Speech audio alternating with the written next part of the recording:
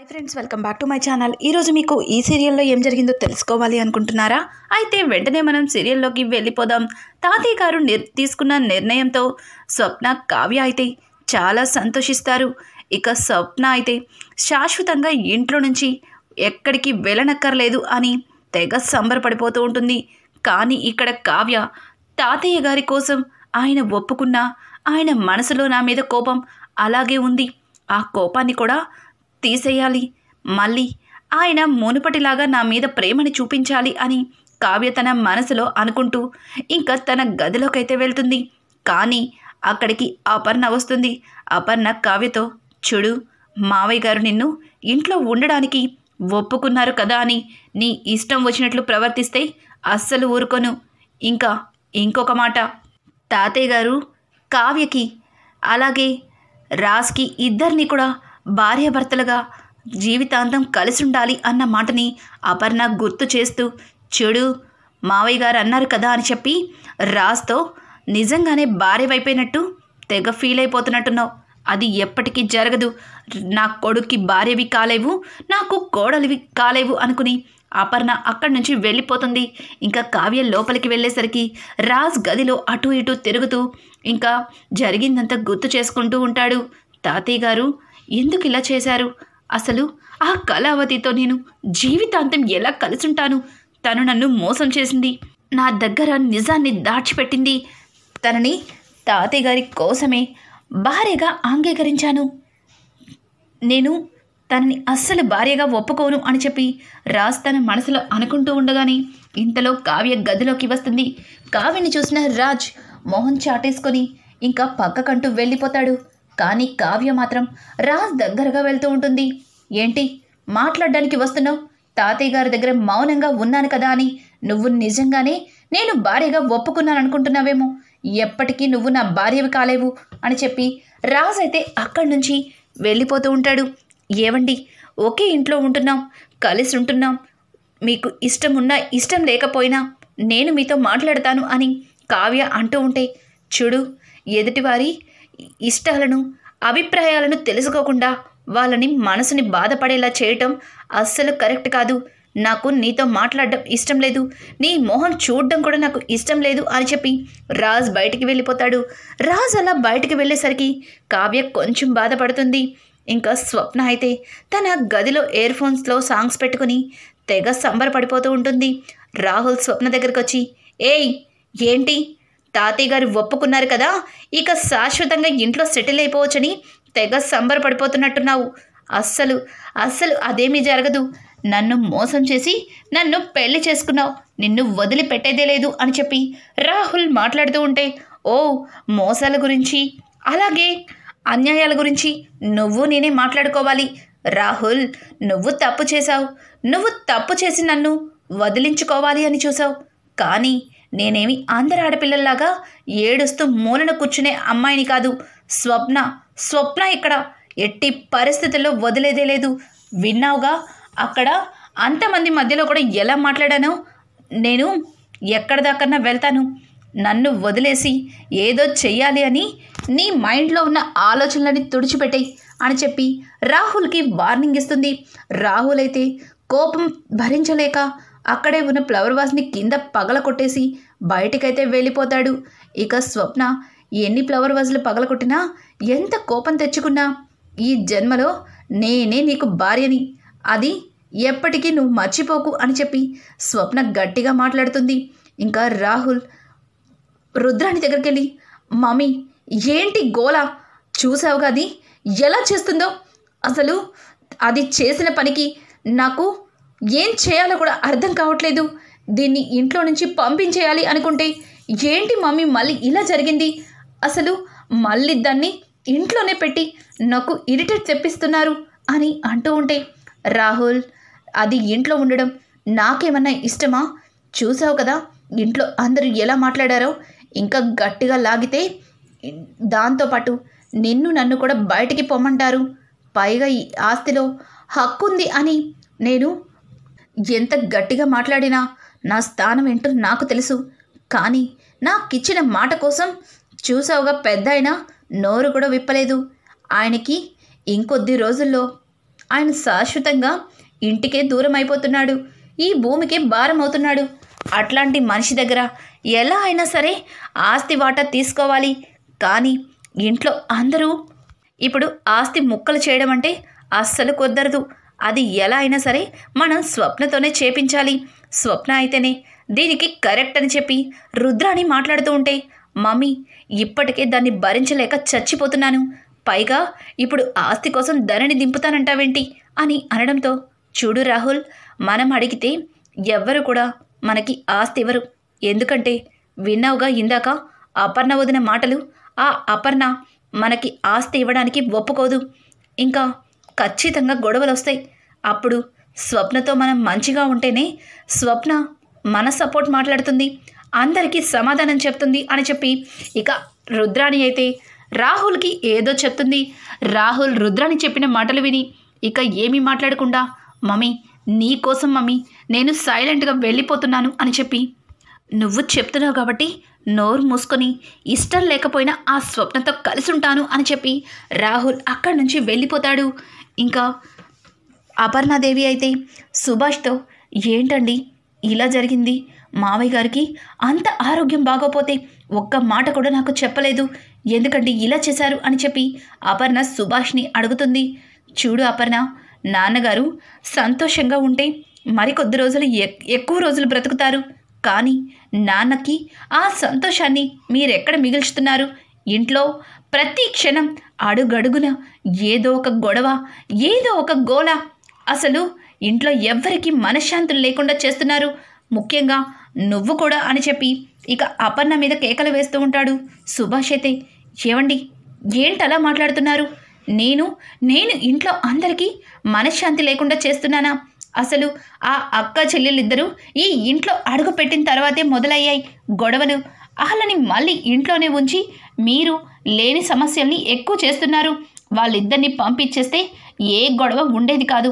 అనవసరంగా వాళ్ళని ఇంట్లో ఉంచి మళ్ళీ గొడవల్ని మొదటికి తీసుకొచ్చారు అని చెప్పి అపర్ణ మాట్లాడుతూ ఉంటే, అపర్ణ ఛీ, నువ్వు ఇలా మాట్లాడతావని అస్సలు అనుకోలేదు. నువ్వు ఇంటికి పెద్ద కోడలివి, అమ్మ తర్వాత ఆ స్థానంలో నువ్వే ఉన్నావు. నువ్వు అలాగే ఆలోచిస్తావు అనుకున్నాము. కానీ నువ్వు ఆలోచించే విధానం కానీ, నువ్వు మాట్లాడే పద్ధతి కానీ నాకు అస్సలు నచ్చట్లేదు. ఇంట్లో సమస్యలు తీర్చవలసింది కాకుండా పెద్దవి చేస్తున్నావు. పెద్ద మనసు చేసుకొని అర్థం చేసుకోకుండా చిన్న పిల్లలాగా తెగ గొడవ చేస్తున్నావు అని అంటుంటే, ఏంటండి ఇంట్లో గొడవలన్నీ నేనే పెడుతున్నట్లు, పైగా అందరినీ నేనే మోసం చేస్తున్నట్లు మాట్లాడుతున్నారు అని అడగడంతో, కాదు అపర్ణ, అర్థం చేసుకో. నీ కొడుకు జీవితాన్ని నీ చేతులతో నువ్వే నాశనం చేస్తావా? అసలు అమ్మ నాన్న ఏం మాట్లాడారో విన్నావు కదా. నాన్నగారి ఆరోగ్యం బాగోలేదు, డాక్టర్ గారు నాన్నగారికి 3 నెలలు మాత్రమే టైం ఉంది అని అన్నారు. కాకపోతే నాన్నగారు సంతోషంగా ఉంటే అంతకంటే ఎక్కువ రోజులే బ్రతికే అవకాశం ఉందని కూడా చెప్పారు. కానీ మీరేం చేస్తున్నారు? అడుగడుగున గొడవలు పడుతూనే ఉన్నారు. ఏదో ఒక రకంగానూ నాన్నగారికి బాధ కలిగిస్తూనే ఉన్నారు. ఆయన ఆనందంగా లేనిది పోయి ఇంకా బాధని తెప్పిస్తున్నారు అని చెప్పి సుభాష్ అయితే, నువ్వు ఎప్పటికీ అర్థం చేసుకోలేవు ఏంటో అని చెప్పి అక్కడి నుంచి సుభాష్ వెళ్ళిపోతాడు.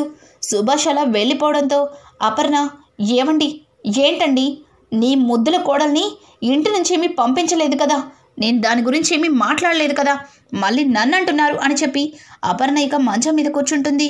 ఇక ఇంతలో రాజ్ అయితే బయట గార్డెన్లో తిరుగుతూ ఉంటాడు. బయట రాజ్ దగ్గరికి రాహుల్ వస్తాడు.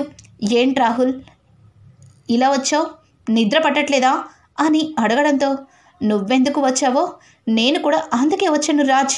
నేను తప్పు చేశాను, తప్పు చేయడం వల్లే స్వప్న మెడలో తాళి కట్టాను. కానీ ఆ స్వప్న చేసిన దానికి తనని నేను ఎప్పటికీ క్షమించలేను. తన కడుపులో నా బిడ్డ పెరుగుతుందని ఎంతో సంతోషించాను. ఎప్పుడెప్పుడు నా బిడ్డ పుడుతుందా చూద్దామా అని ఎదురు చూశాను. కానీ ఏం చేశారు? అక్క చెల్లెలిద్దరూ కలిసి నా ఆశలు అడియాసలు చేశారు. నాతో పాటు ఇంట్లో కుటుంబం మొత్తాన్ని మోసం చేశారు. అట్లాంటి ఆ స్వప్నని నేనెలా భార్యగా అంగీకరిస్తాను? మళ్ళీ తిరిగి తనతో ఎలా కలిసి ఉంటాను అని చెప్పి రాహుల్ మాట్లాడుతూ ఇంకా కావాలని దొంగ ఏడుపులు ఏడుస్తూ రాజ్ భుజం మీద తల వాల్చుతాడు.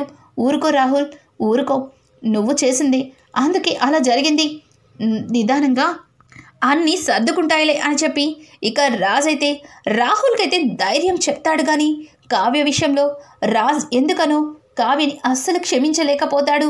ఇంకా ఉదయాన్నే అందరూ కూడా హడావుడిగా రెడీ అవుతూ ఉంటారు.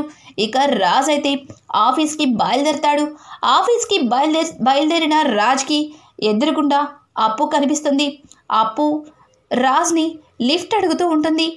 ఏమైంది, ఎందుకు లిఫ్ట్ అడుగుతున్నావు అని అంటుంటే, బావా నువ్వా, మా దోస్తుగాడికి యాక్సిడెంట్ అయింది బావా, అర్జెంటుగా హాస్పిటల్కి తీసుకెళ్ళాలి అని అనడంతో ఇంకా వెంటనే రాజ్ అయితే అప్పు వాళ్ళ స్నేహితుడిని తీసుకొని హాస్పిటల్కి అయితే బయలుదేరతాడు. ఏయ్ అయినా ఆడపిల్లవి మగపిల్లలతో ఈ స్నేహం ఏంటి, పైగా ఈ యాక్సిడెంట్లేంటి, ఏమైనా జరగరాంది జరిగితే మళ్ళీ నీ తలకి చుట్టుకుంటే ఏం చేస్తావు అని అంటూ ఉంటే, అయ్యో బావా నేను ఎవడితోటి గొడవ పడలేదు, ఎవడో చూసుకోకుండా బలిసినోడు వచ్చి కారు డాష్ ఇచ్చాడు అని చెప్పి ఇక అప్పు అయితే రాజ్కి చెప్తుంది. రాజ్ ఇక హాస్పిటల్కి తీసుకెళ్ళి ట్రీట్మెంట్ చేయిస్తూ ఉంటాడు. ఇంతలో అనుకోకుండా అక్కడికి అరుణ్ అయితే వస్తాడు. అరుణ్ని చూసిన అప్పు, ఏయ్ నువ్వు అరుణ్ కదా, మా స్వప్నక ఫ్రెండ్ అని అనడంతో, అవునప్పు నేను అరుణ్ని, స్వప్న ఎలా ఉంది, ఏం చేస్తుంది అని చెప్పి అనడంతో, ఏం చెప్పమంటావు, ఆ రోజు నువ్వు దాని చెయ్యి పట్టుకొని అది ప్రెగ్నెంట్ అని అబద్ధం చెప్పావు, అది చెప్పించిందో నువ్వు చెప్పావో, కానీ ఆ ప్రెగ్నెంట్ గొడవ వల్ల మా కావ్యక్క జీవితం కూడా నాశనం అయిపోయింది అని అనడంతో, అదేంటప్పు అలా మాట్లాడుతున్నావు, మీ కావ్యక్క జీవితానికి ఏమైంది అని అంటూ ఉంటే, నువ్వు చెప్పిన ఆ చిన్న అబద్ధం ఈ రోజున అది శ్రీమంతం దాకా వచ్చింది అని అంటూ ఉంటే, అదేంటది, పెళ్లి రోజు రాత్రి స్వప్నకి ఫోన్ చేసి చెప్పాను కదా అని చెప్పడంతో, ఏంటి స్వప్న ఫోన్కి ఫోన్ చేసి చెప్పావా, ఏం చెప్పావు అని అడగడంతో, అదేంటప్పు స్వప్నకి పెళ్లి రోజు రాత్రే చెప్పాను కదా, స్వప్న నీ ప్రేమ కోసం నేను ఈ చిన్న అబద్ధాన్ని చెప్తున్నానని తను చెప్పిన అబద్ధమే మీ అందరి ముందు చెప్పాను అని అనడంతో, అయితే తను నీకు ఎప్పుడు చెప్పింది అని అడగడంతో ఇక అరుణ్ అయితే జరిగిందంతా కూడా అప్పుకి చెప్తూ ఉంటాడు. అప్పటికి తనకి చెప్పాను, నీకే ప్రాబ్లం అవుతుంది, ఈ నిజాన్ని బయటపెట్టు, లేకపోతే ఆ నిజాన్నైనా ఆ అబద్ధాన్నైనా నిజం చేసుకోని. కానీ తను ఇలా ఎందుకు చేసింది, స్వప్న ఎప్పుడు కూడా తన స్వార్థమే చూసుకుంటుంది, ఎదుటి వాళ్ళు ఎలా పోయినా తనకి అనవసరం, అందుకే తన చేతులారా తన జీవితాన్ని తనే పాడు చేసుకుంది అని చెప్పేసి ఇక అరుణ్ అయితే స్వప్న గురించి మరొక విషయాన్ని అయితే చెప్తాడు. అది విన్న అప్పు ఒక్కసారిగా షాక్ అయిపోతుంది. అలాగే అప్పుతో పాటు అక్కడే ఉన్న రాజ్కి మొత్తం నిజమంతా బయటపడుతుంది.